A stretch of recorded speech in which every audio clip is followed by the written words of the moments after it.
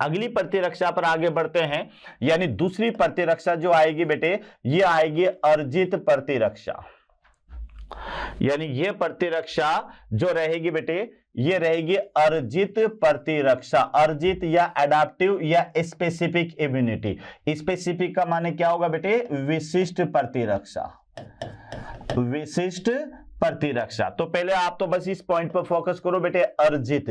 तो देखो मैंने आपको पहले भी मैं बता चुका हूं कि अर्जित प्रतिरक्षा ये बेटे जन्म के बाद उत्पन्न होगी, इसे एडाप्ट किया जाएगा, इसे ग्रहण किया जाएगा, ये जन्मजात नहीं होगी, और ये रोगाणु विशेष के प्रति उत्पन्न की जाएगी बेटे। तो ये कौन सी प्रतिरक्षा है, विशिष्ट प्रतिरक्षा भी है। तो इसमें आपको क्या क्या याद करना है, ये प्रतिरक्षा एंटीबॉडी। एक तो ध्यान रखना बेटे, इसका पहला पॉइंट तो ये याद करना बेटे, ये प्रतिरक्षा जन्म के बाद उत्पन्न होती है, क्लियर। और दूसरा पॉइंट याद रखना बेटे, ये रोगाणुओं के प्रति क्या होती है, विशिष्ट होती है, और ये केवल कशेरुकी जंतुओं में देखने को मिलती है। कशेरुकी जंतु जिनके अंदर रीढ़ की हड्डी पाई जाती है बेटे। तो क्या क्या याद करना है अर्जित प्रतिरक्षा में, कि यह प्रतिरक्षा जन्म के बाद उत्पन्न होती है, यह प्रतिरक्षा रोगाणुओं के प्रति विशिष्ट होती है, और यह कशेरुकी जंतुओं में पाई जाती है। लेकिन जो सबसे इंपॉर्टेंट है कि यह प्रतिरक्षा आपको किससे मिलेगी,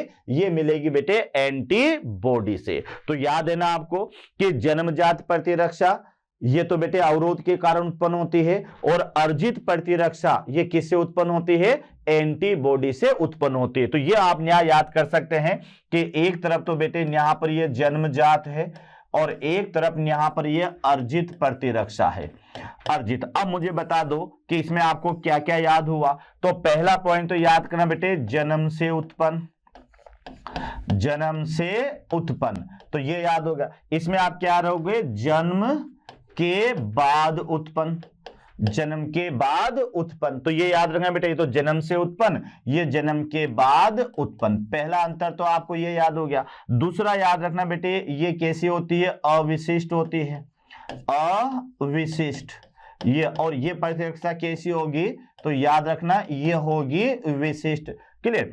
तीसरे नंबर पर याद रखना बेटे, ये आनुवांशिक होती है, ये आनुवांशिक होती है, लेकिन ये प्रतिरक्षा आनुवांशिक नहीं होगी, आनुवांशिक नहीं। ऐसा नहीं है बेटे कि मान लेते हैं बीसीजी का टीका मैंने लगाया तो वह मेरी संतानों में भी चलता रहेगा, है ना, ऐसा नहीं है। देखे तो ये तो आनुवांशिक होती है और ये आनुवांशिक नहीं होती।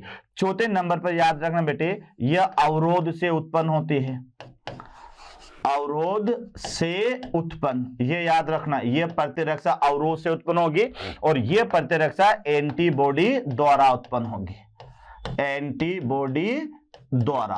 तो ये ध्यान रखना बेटे, एंटीबॉडी द्वारा उत्पन्न। तो ये मैंने आपको यहां पर बता दिया कि ये जन्मजात और अर्जित प्रतिरक्षा में क्या अंतर है। तो यहां तक क्लियर। अब बेटे अपन क्या पढ़ रहे हैं, अर्जित प्रतिरक्षा पढ़ रहे हैं। तो अर्जित प्रतिरक्षा जन्म के बाद उत्पन्न होगी, याद कर लेना। उसके बाद में बेटे विशिष्ट होगी, आनुवांशिक नहीं होगी, और एंटीबॉडी के द्वारा उत्पन्न होगी। लेकिन बेटे ये जो एंटीबॉडी के द्वारा उत्पन्न होगी, तो बेटे ये एंटीबॉडी के उत्पन्न होने के आधार पर ये दो प्रकार की होगी, एक तो सक्रिय प्रतिरक्षा और एक निष्क्रिय प्रतिरक्षा। बेटे सक्रिय प्रतिरक्षा में याद कर लेना, मैं कई बार रिपीट कर चुका हूं, सक्रिय प्रतिरक्षा में एंटीबॉडी शरीर के भीतर ही बनेंगे, और निष्क्रिय प्रतिरक्षा में बेटे एंटीबॉडी शरीर के बाहर से लिए जाएंगे। अब ये जो सक्रिय प्रतिरक्षा है ये भी दो तरह की होगी, प्राकृतिक और कृत्रिम। बेटे प्राकृतिक में प्राकृतिक संक्रमण होगा और उनके विरुद्ध प्रतिरक्षा होगी, तो वो प्राकृतिक होगी।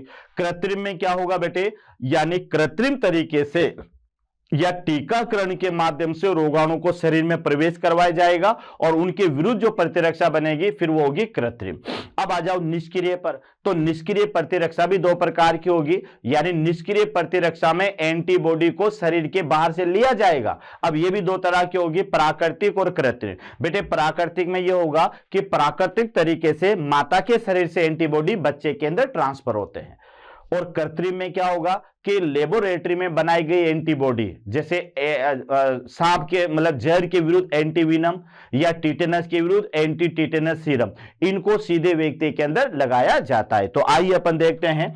तो बेटे यहां पर अपन पढ़ेंगे यानी unique feature of the acquired immunity, यानी अर्जित प्रतिरक्षा के कुछ यूनिक फीचर भी है। तो यूनिक फीचर के अंदर बेटे पहला फीचर है यानी यहां पर विशिष्टता। तो ये तो आप सब जानते हैं बेटे कि जो प्रतिरक्षा होती है वह किसी एंटीजन विशेष के प्रति विशिष्ट होती है। ये मैं पहले बता चुका हूं कि अर्जित प्रतिरक्षा का दूसरा नाम विशिष्ट प्रतिरक्षा भी है। तो विशिष्ट क्यों बोल रहे हैं? क्योंकि ये किसी एंटीजन विशेष के प्रति विशिष्ट होगी। तो इतना याद करना बेटे। तो इस आधार पर इसका पहला गुण तो क्या है? विशेषता। दूसरा गुण बेटे इसका है यानी विविधता, डायवर्सिटी। तो यह प्रतिरक्षा विभिन्न रोगाणुओं को पहचानने की क्षमता भी रखती है। तो बेटे इसमें विविधता पाई जाती है। ऐसा नहीं है कि ये एक ही जीवाणु के प्रति विशिष्ट हो। इसमें अगर बॉडी में अलग अलग बीमारी का जीवाणु आ जाता है, जैसे टीका तो एक तो नहीं लगाते ना बेटे, अपन कई सारे टीके लगाते हैं, अलग अलग बीमारी के टीके लगाते हैं। कोई बीसीजी का भी लगता है, डीपीटी का भी लगता है ना, ओरल पोलियो वैक्सीन भी लगता है, टिटेनस का भी लगता है, कई सारे टीके। इन टीकों में अलग अलग बीमारियों के जीवाणु होते हैं। तो बेटे हमारी प्रतिरक्षा में एक ऐसी क्षमता होती है जो ये अलग अलग रोगाणुओं को पहचानने की क्षमता भी रखती है। तो इसमें विविधता भी पाई जाती है। और तीसरा याद रखना बेटे, यहां पर है मेमोरी। क्योंकि बेटे जो टीके होते हैं ना, ये मेमोरी के आधार पर ही होते हैं। ये याद रखना, ये मेमोरी के आधार पर ही होते हैं। तो अब क्या होगा कि अगर हमारी बॉडी के अंदर कोई रोगाणु जाएगा, पहली बार कोई रोगाणु जाएगा, तो हमारा शरीर बेटे उससे धीमी प्रतिक्रिया प्रदर्शित करेगा। इसको बोलेंगे प्राथमिक इम्यूनी रेस्पॉन्स कहते हैं, है ना, यानी प्राइमरी इम्यूनी रेस्पॉन्स। लेकिन बेटे इसी बीमारी का जीवाणु अगर दूसरी बार फिर हमारी बॉडी के अंदर जाएगा, यानी दूसरी बार जाएगा, तो अब उसके विरुद्ध पहले क्या बन चुकी होगी? एंटीबॉडी। तो अब बेटे ये उससे तीव्र प्रतिक्रिया प्रदर्शित करेगा हमारा शरीर। तो इसको आप कहोगे सेकेंडरी इम्यूनी रेस्पॉन्स। तो बेटे प्रतिरक्षा में दो तरह का रेस्पॉन्स देखने को मिलेगा, प्राइमरी प्रतिरक्षा रेस्पॉन्स और एक द्वितीय प्रतिरक्षा रेस्पॉन्स। प्राइमरी प्रतिरक्षा जो रेस्पॉन्स होगा वो पहले संक्रमण के दौरान होगा और धीमा होगा, याद रखना। लेकिन जो द्वितीय रेस्पॉन्स होगा वो बेटे दूसरी बार जब उसी जीवाणु बॉडी में आएगा तो बेटे उसके प्रति हमारा शरीर ज्यादा अनुक्रिया दर्शाएगा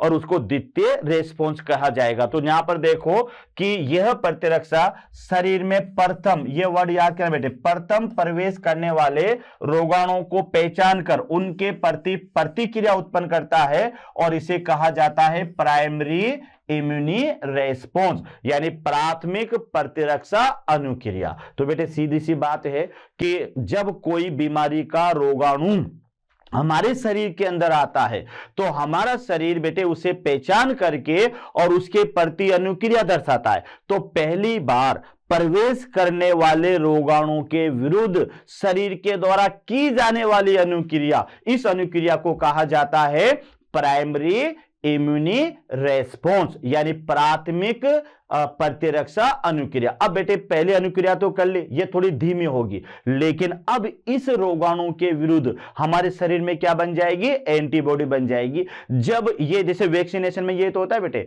कि वैक्सीनेशन में पहले अंदर आया तो प्राइमरी रेस्पॉन्स के दौरान उसके विरुद्ध एंटीबॉडी बन गई, लेकिन अब दूसरी बार वही रोगाणु अगर बॉडी के अंदर आता है जिसके विरुद्ध प्राइमरी रेस्पॉन्स से क्या बन चुकी थी? एंटीबॉडी, तो बेटे अब उसको अधिक तीव्रता से उस रोगाणु को नष्ट किया जाएगा, यानी अब यह होगा सेकेंडरी इम्यूनी रेस्पॉन्स। तो आप देख लीजिएगा बेटे कि मेमोरी यानी रोगाणु को पहचानने की क्षमता होती है इसके अंदर।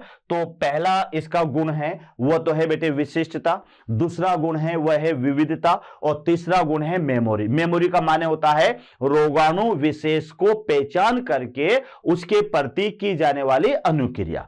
तो ये जो रोगाणु विशेष को पहचान करके उसके विरुद्ध जो अनुक्रिया की जाएगी ना, ये दो प्रकार की होगी, प्राइमरी यानी प्राथमिक प्रतिरक्षा अनुक्रिया और बेटे द्वितीय प्रतिरक्षा अनुक्रिया। अब ये दोनों में क्या अंतर है कि जब पहली बार कोई रोगाणु बॉडी के अंदर आएगा बेटे तो उसे पहचान करके हमारा शरीर उसके प्रति अनुक्रिया दर्शाएगा। तो पहली बार आए हुए जीवाणु के विरुद्ध दर्शाई जाने वाली जो प्रतिक्रिया है उसे प्राइमरी इम्यूनी रेस्पॉन्स कहेंगे। अब बेटे इस रेस्पॉन्स के दौरान इस जीवाणु के विरुद्ध एंटीबॉडी बन जाएगी। अब फ्यूचर में कभी यही रोगाणु, सेम यही रोगाणु, ध्यान रखना बेटे, अगर बॉडी के अंदर आता है तो हमारा शरीर इसके प्रति तीव्रता से प्रतिक्रिया प्रदर्शित करेगा, क्योंकि पहले भी आ चुका था ना, और इसके विरुद्ध क्या बन चुकी थी, एंटीबॉडी। तो बेटे दूसरी बार जब यही वापस आता है तो हमारा शरीर इसके प्रति तीव्र प्रतिक्रिया प्रदर्शित करता है, और फिर इसे कहा जाएगा सेकेंडरी इम्यूनी रेस्पॉन्स। तो आप देख लीजिएगा कि प्रथम प्रवेश करने वाले रोगाणु को पहचान कर उसके प्रति प्रतिक्रिया उत्पन्न होती है, इसे प्राथमिक इम्यूनी रेस्पॉन्स कहते हैं। लेकिन ये कैसे होते बेटे, धीमी होती है, ये ज्यादा फास्ट नहीं होती। लेकिन देखो, जब समान रोगाणु दूसरी बार, समान का माने बेटे ये वर्ड याद करना, समान का माने जो पहले आया था, जो पहली बार आएगा ना रोगाणु, उसको प्रथम मानेंगे, और वही रोगाणु, उसी स्पीसीज का रोगाणु अगर दोबारा आता है हमारी बॉडी के अंदर, जैसे मान लो ट्यूबरकुलोसिस का आया, पहली बार आया बेटे तो उसको प्राथमिक इम्यूनी रेस्पॉन्स का, वही ट्यूबरकुलोसिस का अगर दूसरी बार आएगा, देखो बेटे ट्यूबरकुलोसिस का पहली बार आया, और अगर मान लो टिटेनस का अब आता है तो अपन इसको दूसरी बार नहीं मानेंगे। सेम जीवाणु, उसी जाति का जीवाणु अगर दूसरी बार आएगा तब जाकर वो सेकेंडरी रेस्पॉन्स दर्शाएगा, ध्यान रखना। तो समान रोगाणु दूसरी बार जब शरीर में प्रवेश करता है तो शरीर का प्रतिरक्षा तंत्र इसे पहचान कर उसके प्रति तुरंत प्रतिक्रिया प्रदर्शित करेगा, तुरंत प्रतिक्रिया, जल्दी देर नहीं लगाएगा बेटे। तो इसे कहा जाएगा सेकेंडरी इम्यूनी रेस्पॉन्स, और यह तीव्र होता है बेटे, यह तीव्र होता है, यह जल्दी होता है, यह फास्ट होता है, ध्यान रखना, इसमें जो है समय नहीं लगता है। तो ये दो तरह के रेस्पॉन्स थे बेटे, प्राथमिक इम्यूनी रेस्पॉन्स और सेकेंडरी इम्यूनी रेस्पॉन्स। प्राथमिक प्रतिरक्षा जो रेस्पॉन्स है वह पहले संक्रमण के दौरान उत्पन्न होता है और धीमा होता है, लेकिन वही जीवाणु, उसी जाति का जीवाणु अगर बॉडी के अंदर आता है, या उसी रोग का जीवाणु अगर बॉडी के अंदर आता है, तो हमारा शरीर अब उसके विरुद्ध तीव्रता से जो है बेटे प्रतिक्रिया प्रदर्शित करेगा, इसे आप कहेंगे यानी सेकेंडरी इम्यूनी रेस्पॉन्स। और इन दोनों रेस्पॉन्स में बेटे एक तो बी लिम्फोसाइट, ये याद रखना, और एक टी लिम्फोसाइट जो है सहायक होती है। तो इस तरह से ये तो इसके मेन बेसिक फीचर थे। और अब अपन आते हैं बेटे यहां पर, यानी टाइप ऑफ एक्वायर्ड इम्यूनिटी। तो बेटे मैंने आपसे कहा था कि मुख्य रूप से जो ये अर्जित प्रतिरक्षा है इसके दो प्रकार हैं, यानी एक तो बेटे ये एक्टिव प्रतिरक्षा है जिसको सक्रिय प्रतिरक्षा कहेंगे, और दूसरा है यानी निष्क्रिय। ये दोनों को एक बार और बता देता हूं बेटे, यानी जो सक्रिय प्रतिरक्षा है इसमें एंटीबॉडी शरीर में उत्पन्न, एंटीबॉडी शरीर में उत्पन्न, ये याद करना। और जो निष्क्रिय प्रतिरक्षा है एंटीबॉडी को बाहर से लिया जाता है, एंटीबॉडी को बाहर से लिया जाता है, बाहर से लिया जाता है, बाहर से लिया जाता है। तो ये थोड़ा सा आपको याद रखना है कि बेटे जो एक्टिव है उसमें एंटीबॉडी शरीर में ही उत्पन्न होगी, और जो निष्क्रिय है उसे एंटीबॉडी को बाहर से लिया जाएगा। कुछ डिफरेंट है बेटे जो आपको देखना है कि पहला अंतर तो यह है नंबर 1 कि यहां पर एंटीजन के शरीर में प्रवेश करने पर उत्पन्न प्रतिरक्षा, यानी बेटे क्या होगा कि जैसे कोई एंटीजन बॉडी के अंदर जाएगा, कोई रोगाणु बॉडी के अंदर जाएगा, तभी वहां पर एंटीबॉडी उत्पन्न होगी।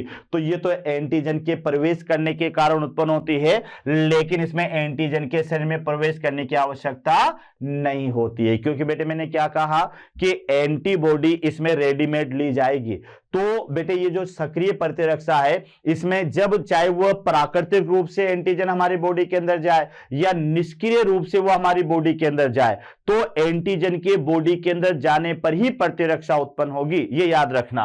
और बेटे इसके अंदर शरीर में प्रतिरक्षा के प्रवेश करने की आवश्यकता नहीं होगी, ये याद रखना। दूसरा आप देख लीजिएगा बेटे, यानी नंबर 2 ये लंबी अवधि की प्रतिरक्षा है और यह अल्प अवधि की प्रतिरक्षा है, यानी बेटे ये लंबे समय तक शरीर में बनी रहती है, जबकि ये कुछ ही समय तक, जैसे बच्चा है या भ्रूण है, वहीं तक ये सीमित होती है। दूसरा याद करा बेटे, तीसरा इसमें कि ये एंटीबॉडी शरीर द्वारा बनाए जाते हैं, ये याद रखना, जबकि एंटीबॉडी बाहर से लिए जाते हैं, यानी बेटे ये रेडीमेड होती है। सर यहां पर इसमें छोटा आपको याद रखना है, शरीर प्रतिरक्षा एंटीजन के प्रति सक्रिय, जबकि यहां पर जो प्रतिरक्षा है वो एंटीजन के प्रति सक्रिय नहीं, क्योंकि अपन शुरू में पहले पॉइंट पे लिख चुके हैं कि ये तो एंटीजन के प्रवेश करने के कारण उत्पन्न होगी, जबकि जो निष्क्रिय प्रतिरक्षा है इसमें कोई एंटीजन प्रवेश नहीं करेगा। तो जब एंटीजन प्रवेश ही नहीं करेगा तो ये एंटीजन के प्रति सक्रिय नहीं होगी और ये एंटीजन के प्रति सक्रिय होगी। एंटीबॉडी बेटे इसकी जो होगी वह मेमोरेबल होगी, यानी एंटीबॉडी में रोगाणु विशेष को पहचानने की क्षमता मौजूद होगी, जबकि इसमें बेटे एंटीबॉडी को मेमोरेबल नहीं होगी, रोगाणु विशेष को पहचानने की क्षमता नहीं होगी। इसके एग्जाम्पल में बेटे एक तो वैक्सीनेशन है और एक रोगों के द्वारा उत्पन्न संक्रमण है। तो अब देखो बेटे, क्योंकि वैक्सीनेशन में भी क्या होगा कि जो है रोग के जीवाणु हमारी बॉडी के अंदर डाले जाएंगे तो उनके विरुद्ध भी एंटीबॉडी बनेगी, या हमें कोई नेचुरल तरीके से किसी रोगाणु का संक्रमण हो जाता है तो उसके विरुद्ध भी क्या होगी बेटे, एंटीबॉडी बनेगी। तो इससे तो आप क्या कहोगे, इसे तो कहोगे कृत्रिम, ये तो बेटे किसका उदाहरण हो जाएगा, यानी कृत्रिम सक्रिय प्रतिरक्षा, और ये यहां पर उदाहरण हो जाएगा आपके पास में यानी प्राकृतिक सक्रिय प्रतिरक्षा। अगर रोगों के द्वारा अपने आप ही शरीर में एंटीबॉडी बनती है, ये तो प्राकृतिक सक्रिय प्रतिरक्षा होगी। और बेटे टीकाकरण के दौरान अगर शरीर में एंटीबॉडी बनती है तो ये कृत्रिम सक्रिय प्रतिरक्षा होगी। इसमें देखो बेटे, यहां पर प्लेसेंटा और कोलोस्ट्रम मिल्क द्वारा माता से शिशु में जाने वाली प्रतिरक्षा, तो ये प्रतिरक्षा तो कौन सी होगी, ये प्रतिरक्षा होगी बेटे प्राकृतिक प्रतिरक्षा।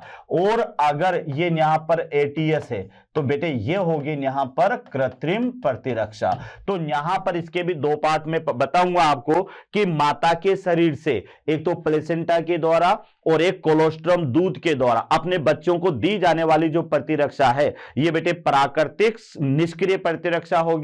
और अगर एंटी टेटेनस सीरम या बेटे एंटी वीनम अगर ये शरीर को दिया जाता है तो ये कृत्रिम निष्क्रिय प्रतिरक्षा होगी। तो आइए अपन इसके पार्ट भी अपन देखते हैं।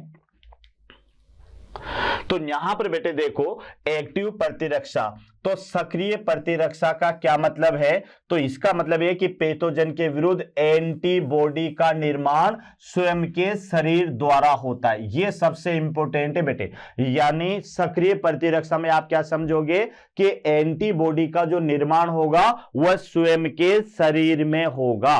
अब देखो बेटे, ये वर्ड याद कर लेना कि एंटीबॉडी का निर्माण किस में होगा, स्वयं के शरीर में होगा। अब बेटे ये दो तरह से होगा, एक तो नेचुरल तरीके से कोई बीमार पड़ जाएगा और एक जो होगा बेटे वैक्सीनेशन दिया जाएगा। तो देखो, अगर कोई प्राकृतिक तरीके से अगर शरीर में कोई रोगाणु आता है तो उसके विरुद्ध जो शरीर में एंटीबॉडी बनेगी तो इसे कहोगे प्राकृतिक सक्रिय प्रतिरक्षा, और इसका उदाहरण है बेटे प्राकृतिक संक्रमण। और एक बेटे मानव के द्वारा रोगाणु को बॉडी के अंदर डाला जाएगा, जैसे कि वैक्सीनेशन में यही तो होता है बेटे। वैक्सीन क्या होते हैं, ये जो वैक्सीन होते हैं मृत रोगाणुओं का घोल होता है बेटे। तो अगर वैक्सीनेशन के द्वारा रोगाणु को शरीर में डाला जाएगा तो बेटे फिर क्या होगा, इसके विरुद्ध भी हमारा शरीर एंटीबॉडी बनाएगा, तो फिर इसे आप कहोगे कृत्रिम सक्रिय प्रतिरक्षा। तो बेटे सक्रिय प्रतिरक्षा में क्या है कि जो भी पैथोजन बॉडी के अंदर आता है, चाहे वो प्राकृतिक तरीके से आए या वो जो है कृत्रिम तरीके से आए, बेटे हमारा जो शरीर होगा उसके द्वारा वो क्या बनाएगा, एंटीबॉडी बनाएगा। तो सक्रिय प्रतिरक्षा में एंटीबॉडी शरीर के अंदर बनती है। अब इसके दो प्रकार होंगे। तो पहला प्रकार जो है वह है नेचुरल एक्टिव इम्यूनिटी, यानी बेटे प्राकृतिक सक्रिय प्रतिरक्षा। तो इसमें क्या होगा, प्राकृतिक संक्रमण के दौरान अगर हमारी बॉडी में कोई रोगाणु आता है तो बेटे उसके विरुद्ध जो एंटीबॉडी बनेगी वो होगी प्राकृतिक सक्रिय। तो याद रखना, प्राकृतिक संक्रमण के दौरान शरीर में उत्पन्न प्रतिरक्षा। तो इसका एग्जाम्पल भी क्या हो जाएगा बेटे, यानी एग्जाम्पल हो जाएगा इसका यानी प्राकृतिक संक्रमण। प्राकृतिक संक्रमण जैसे सर्दी जुकाम है, सर्दी जुकाम। अब बेटे कोई ये नहीं कहता सर्दी जुकाम, कोई जो है अपन अपनी मर्जी से नहीं कहते कि हाँ मुझे जुकाम हो जाए, अपने आप ही हो जाता है बेटे। अपने आप ही अगर कोई प्राकृतिक संक्रमण होता है तो उसके विरुद्ध जो हमारे शरीर में प्रतिरक्षा बनेगी उसे आप कहोगे प्राकृतिक सक्रिय प्रतिरक्षा। दूसरी प्रतिरक्षा बेटे आपको याद करना है, यानी यह है आर्टिफिशियल सक्रिय प्रतिरक्षा। आर्टिफिशियल का माने कृत्रिम होता है, तो बेटे इसमें कृत्रिम तरीके से रोगाणुओं को शरीर में प्रवेश करवाया जाएगा, बस इतना।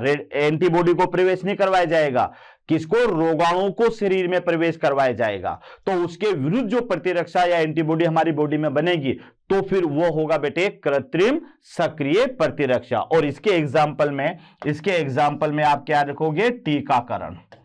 टीकाकरण। तो बेटे यहां पर देखो कि वैक्सीनेशन ले लो या कृत्रिम संक्रमण के बाद शरीर में उत्पन्न प्रतिरक्षा। तो एक बार आप ध्यान से समझ ले कि बेटे ये जो एक्टिव इम्यूनिटी होगी, सक्रिय प्रतिरक्षा होगी, इसमें एंटीबॉडी शरीर के अंदर ही बनेंगे।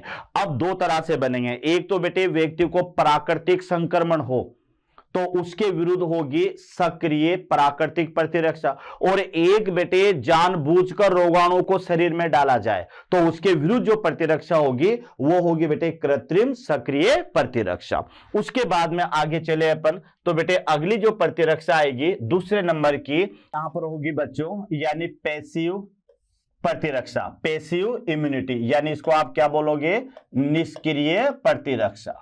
इसको आप कहोगे बेटे निष्क्रिय प्रतिरक्षा। अब यहां मैंने आपको कई बार बताया कि जो निष्क्रिय प्रतिरक्षा है बेटे इसमें एंटीबॉडी को बाहर से लिया जाएगा, यानी चाहे रोगाणु प्रवेश करे कुछ भी करे, ये एंटीबॉडी शरीर के बाहर से ली जाती है। तो रेडीमेड एंटीबॉडी इसमें ली जाएगी और उसकी वजह से ये प्रतिरक्षा उत्पन्न होगी। तो यहां साफ लिखा हुआ है कि पैथोजन के विरुद्ध बाहर या रेडीमेड एंटीबॉडी को लिया जाता है, यानी पैथोजन के विरुद्ध शरीर में, ये ध्यान रखना बेटे, बाहर या रेडीमेड एंटीबॉडी को लिया जाता है। अब ये दो तरह से बेटे लिया जाता है। सबसे पहले मेरे पास में है प्राकृतिक पैसिव इम्यूनिटी, यानी इसको आप कह सकते हो प्राकृतिक निष्क्रिय प्रतिरक्षा।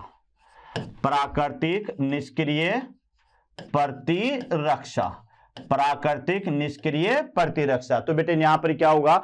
प्राकृतिक तरीके से ऐसी एंटीबॉडी जो किसी के मतलब किसी लेबोरेटरी में नहीं बनाई गई हो, किसी के शरीर में बनी हो प्राकृतिक तरीके से, तो प्राकृतिक तरीके से बनी हुई एंटीबॉडी को अगर जो है एक शरीर से दूसरे शरीर में ले जाया जाता है तो उसे कहेंगे प्राकृतिक निष्क्रिय प्रतिरक्षा। तो अब देखो बेटे यहां पर क्या होता है, जो नवजात शिशु होता है वो माता के कोलोस्ट्रम मिल्क से कौन सी एंटीबॉडी प्राप्त करता है? IgA एंटीबॉडी प्राप्त करता है। उसी तरह से बेटे प्लेसेंटा के द्वारा माता के शरीर से जो गामा इम्यूनोग्लोबुलिन होती है ये भी भ्रूण को प्राप्त होती है। तो ये दोनों के दोनों उदाहरण हैं नेचुरल पैसिव इम्यूनिटी के। एक तो क्या बेटे, यानी दूध से, कोलोस्ट्रम जो दूध होता है उससे बच्चे को IgA एंटीबॉडी प्राप्त होती है, और एक बेटे याद रखना कि जो माता का प्लेसेंटा होता है उससे बच्चे को या भ्रूण को जाती है IgG यानी गामा इम्यूनोग्लोबुलिन। तो याद रखना बेटे इसके एग्जाम्पल में है एक तो IgA और साथ में कौन सी? IgG antibody.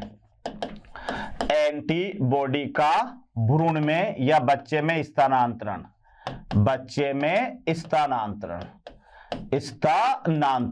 तो ये जो है एंटीबॉडी ये माता से बच्चे में ट्रांसफर होगी, लेकिन दोनों एंटीबॉडी को बेटे ये कोई लेबोरेटरी में बनी हुई नहीं है, ये दोनों एंटीबॉडी माता के शरीर में बनी हुई है और माता के शरीर से ये जाएगी बच्चे में। तो ये होगा बेटे प्राकृतिक निष्क्रिय प्रतिरक्षा, क्योंकि बच्चे में नहीं है ये एंटीबॉडी, बच्चे के शरीर में बाहर से पहुंचाई जा रही है, बच्चे के शरीर में माता से पहुंचाई जा रही है। तो बेटे जो शरीर के बाहर से ली जाएगी या बाहर से शरीर में एंटीबॉडी पहुंचाई जाएगी वो निष्क्रिय प्रतिरक्षा होगी, लेकिन यहां पर यह प्राकृतिक रूप से बनी हुई एंटीबॉडी को माता के शरीर से बच्चे में पहुंचाया जा रहा है तो इसे प्राकृतिक निष्क्रिय प्रतिरक्षा कहेंगे।